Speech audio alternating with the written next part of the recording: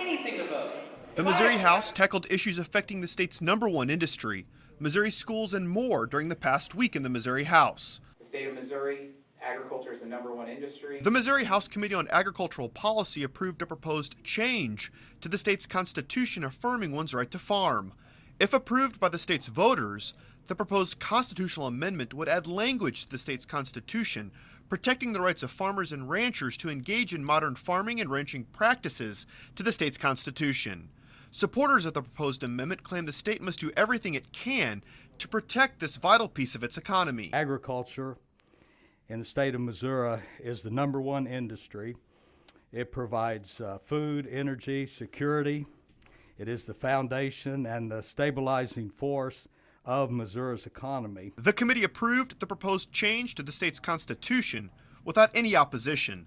The amendment must receive one more round of approval from the House Rules Committee before heading to the House floor for consideration. Seeing none, gentlemen, sir. The Missouri House approved a proposal aiming to protect our state's schools.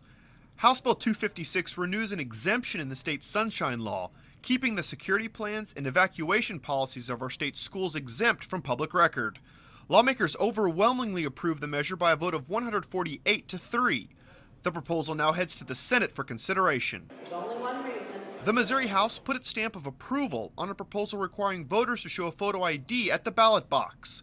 The proposal contains two parts: a House bill which provides the language necessary for the ID requirement, and a constitutional amendment which would allow voters the opportunity to change the state's constitution to make the ID requirement legal.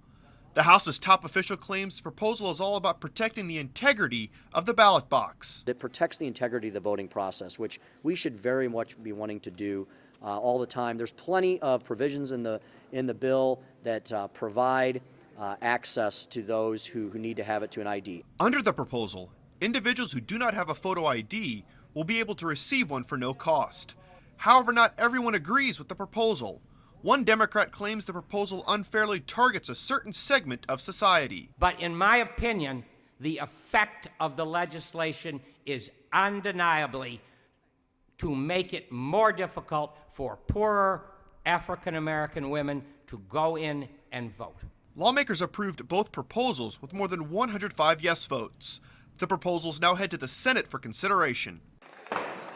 Rounding out the week, the House Budget Committee began the process of creating the state's 2014 operating budget. According to the budget chair, not everything the governor wanted will be in the House's proposed budget. They will not include the Medicaid expansion money that the governor had in his budget, but they will include the other three legislative initiatives that he had in his budget: the tax amnesty, the circuit breaker tax credit on renters, and the streamlined online sales tax. Lawmakers must have the budget on the governor's desk by Friday, May 10th at 6 p.m. Reporting from the state capitol, I'm Jonathan Lorenz.